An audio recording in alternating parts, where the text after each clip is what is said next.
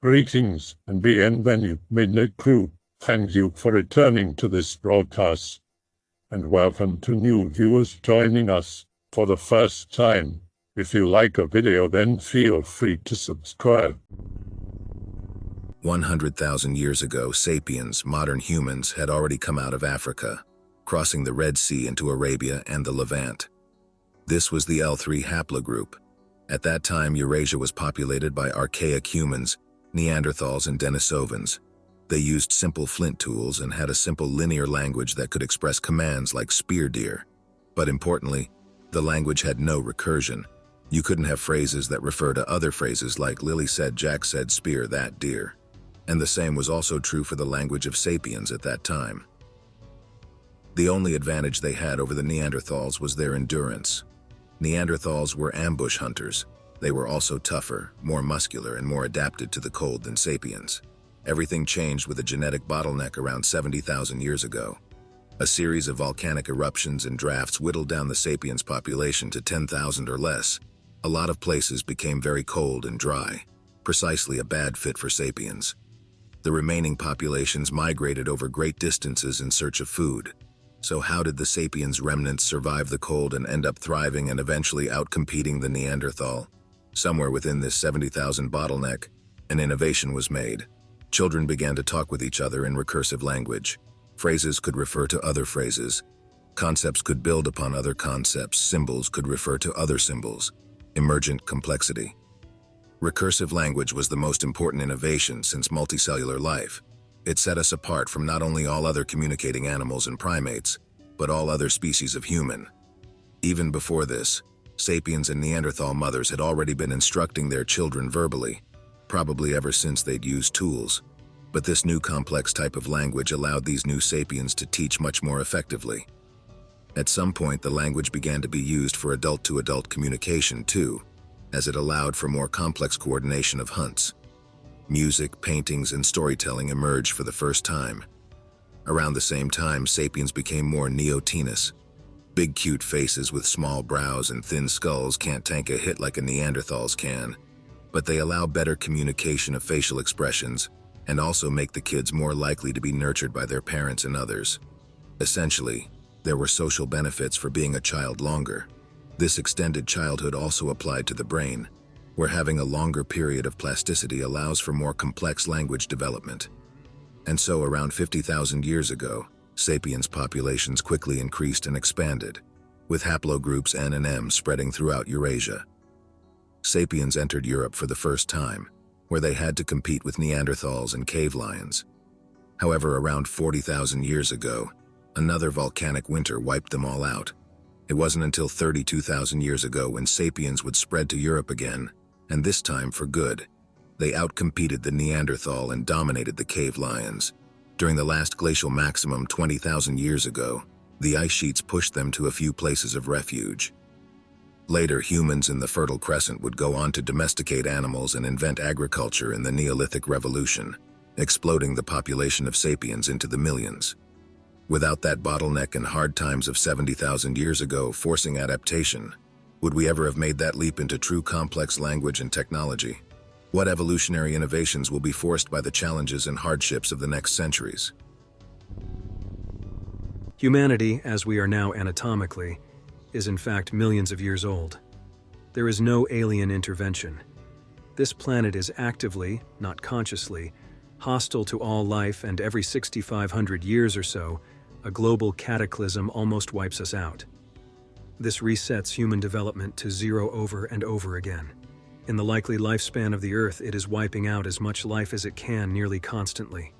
But the time frame seems eons to us due to perspective. Elon Musk knows this, as do many of the wealthiest and elite. The push to colonize Mars is because they believe dumbs are too risky. They have partially worked before, but due to the nature of the violent and unpredictable range of the upheavals during cataclysms, they are as likely to be tombs as lifelines. Mars will not work. We have made too little progress, and the bottleneck for healthy human populations is 1,500 people. We cannot get that many to Mars in self-sustaining colonies before the reset. And it might even be possible we have before and the colonies still died. it is possible all the stories of Hollow Earth and Mole people are actually previous Cataclysm advanced survivors encountering us as they surface. The reason this is now big news is because you put them in modern clothing and do not hear them speak, and they are indistinguishable from normal humans. Every single major myth of gods and man are actually stories told down verbally and muddied by survivors describing this event. To try and condense it to about as simple as I can, humanity is becoming a global superorganism. Our current stage has transcended the purely biological. We no longer pick mates based purely on fitness and have invented or are inventing tools to get around the stuff that would have formerly caused some to be undesirable in the gene pool.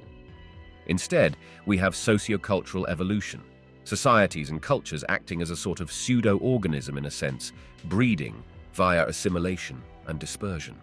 I believe this has to an extent been the case at least since pre-agricultural humanity, but has been much more visible since the dawn of agriculture. The idea of the nation or state is the material acknowledgement of this subconscious drive in us. Wars are intra-species conflict both on the human level and on the culture-organism level. But the more rigidly we define our nation-states, the more we stifle the natural process of these cultures breeding, competition, etc. We've slowed and stifled the biological part in ourselves, and now we've stifled the cultural part as well. But the genes cry out to be spread, both on the individual level and the societal one. I believe on some level it is inevitable we become a global society, with the rise of instant worldwide communications and the capability to travel anywhere in the world within a matter of days, and both of these set to become more widely available as time goes on. I don't see much alternative short of catastrophic collapse, which at this point would only really be a minor setback if we're being honest, even if we look at the worst-case scenario. Worst-case scenario, full-scale nuclear war. At least 1 million humans survive. Probably way more, but 1 million is more than enough. How long does it take for them to bootstrap a workable society? A generation? 2, to rediscover most things lost. 1 half decently intelligent dumbass finding a half-intact library gets you halfway there. 1 actually intelligent person finding a dump or junkyard works just as well.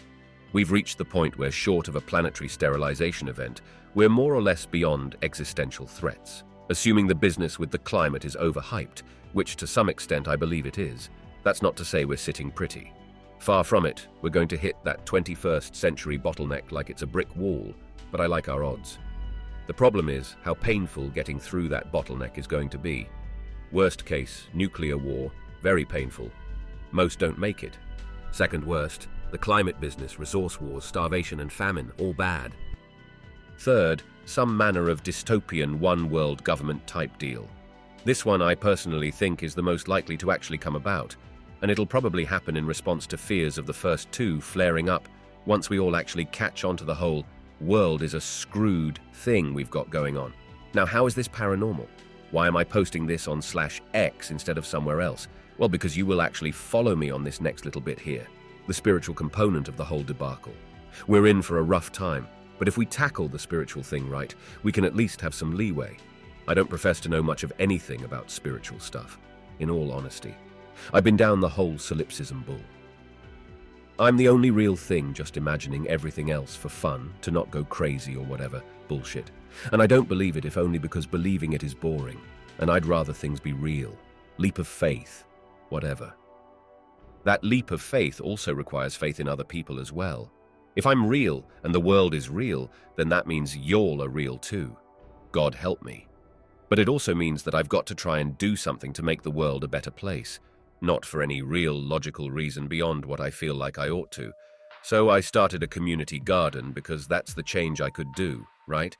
But I get the feeling that it's nowhere near enough, and I'm starting to feel, I guess, despondent. I feel the need to get my ideas out to people so they can see at least a little of the way I do. The future, after the bottleneck, will be incredible. Post-scarcity, full automation, space infrastructure, and that's just the material side. We're headed for a golden age. We just probably have to trawl through a decade or 2, possibly 10, to get there first.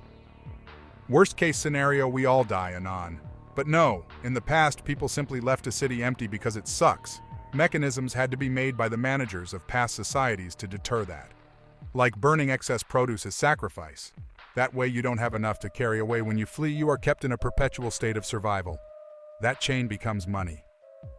There are a couple scenarios in which the vast majority die, upwards of 90%, but short of a gamma-ray burst or the planet exploding, I have a hard time coming up with a scenario where every single human dies. Hell, even rabies going airborne leaves 1%-ish alive, and 1% of 8 billion is what, like 80 million?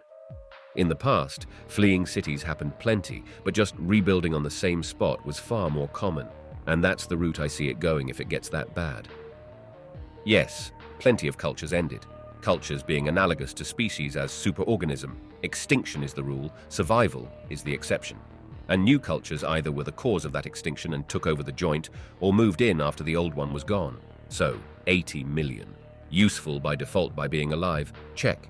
Willingness to cooperate hard-coded into human behavior by virtue of being a social species? Check. Coordinating and in the same spot?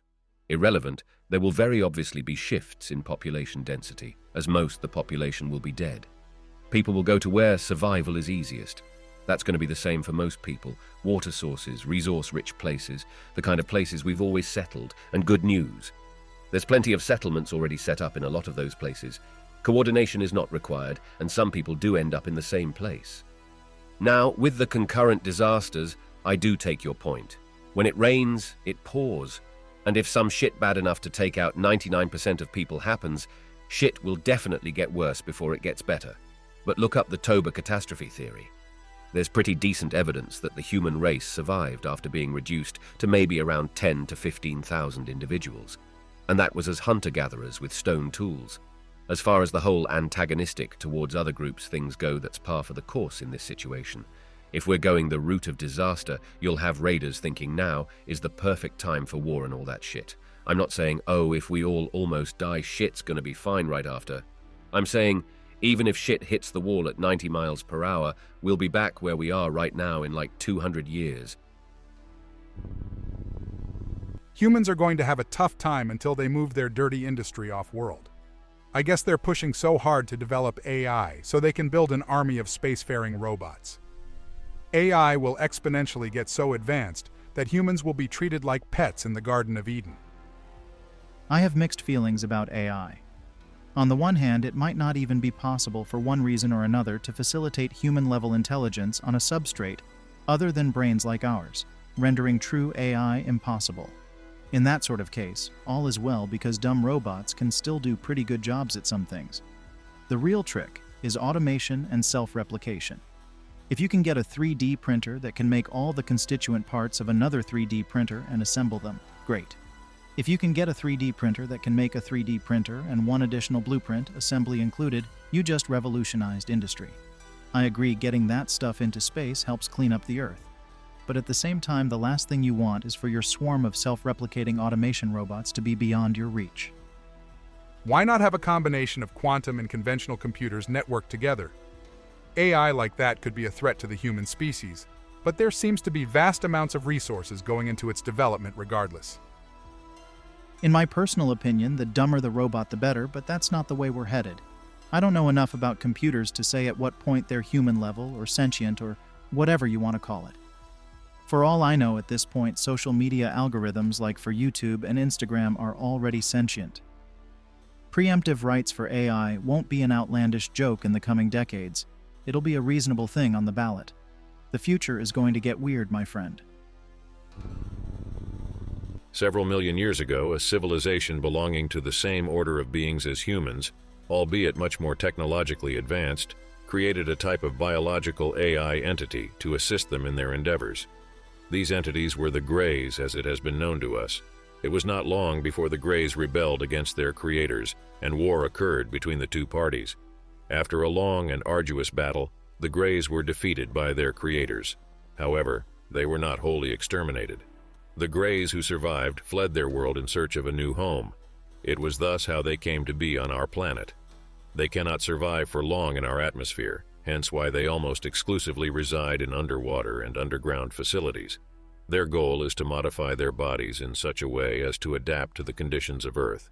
They pursue this goal by crossbreeding with the creatures native to this world, most commonly humans, which explains the purpose of the infamous abductions. These malevolent machine-like beings are behind the disinformation campaigns that have plagued this topic from its inception. They collaborate with several high-ranking officials of all global superpowers in order to pursue their goals, often by means of coercion.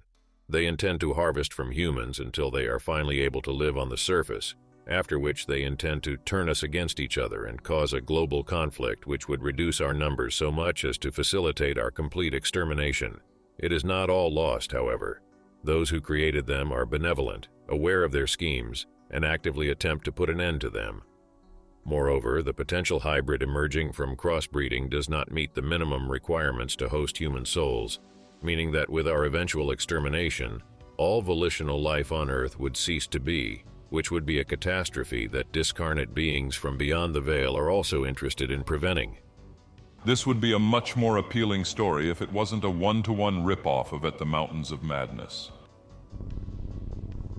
Yeah, the whole cyclical Dark Age, Golden Age thing is something I've seen a lot of too.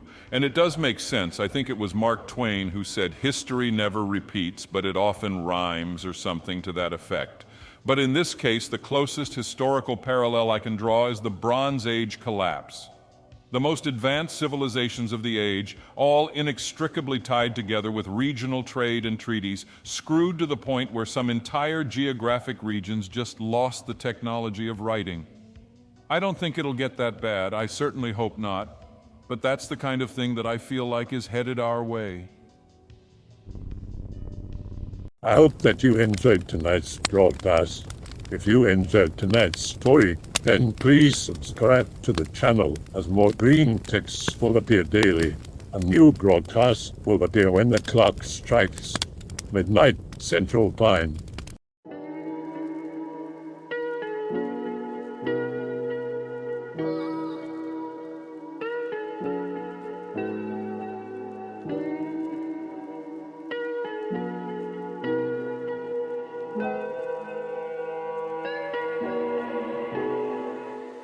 Remember to check out the Odyssey page in the description for a second archive of the channel's videos. There's also a Rumble archive as a backup.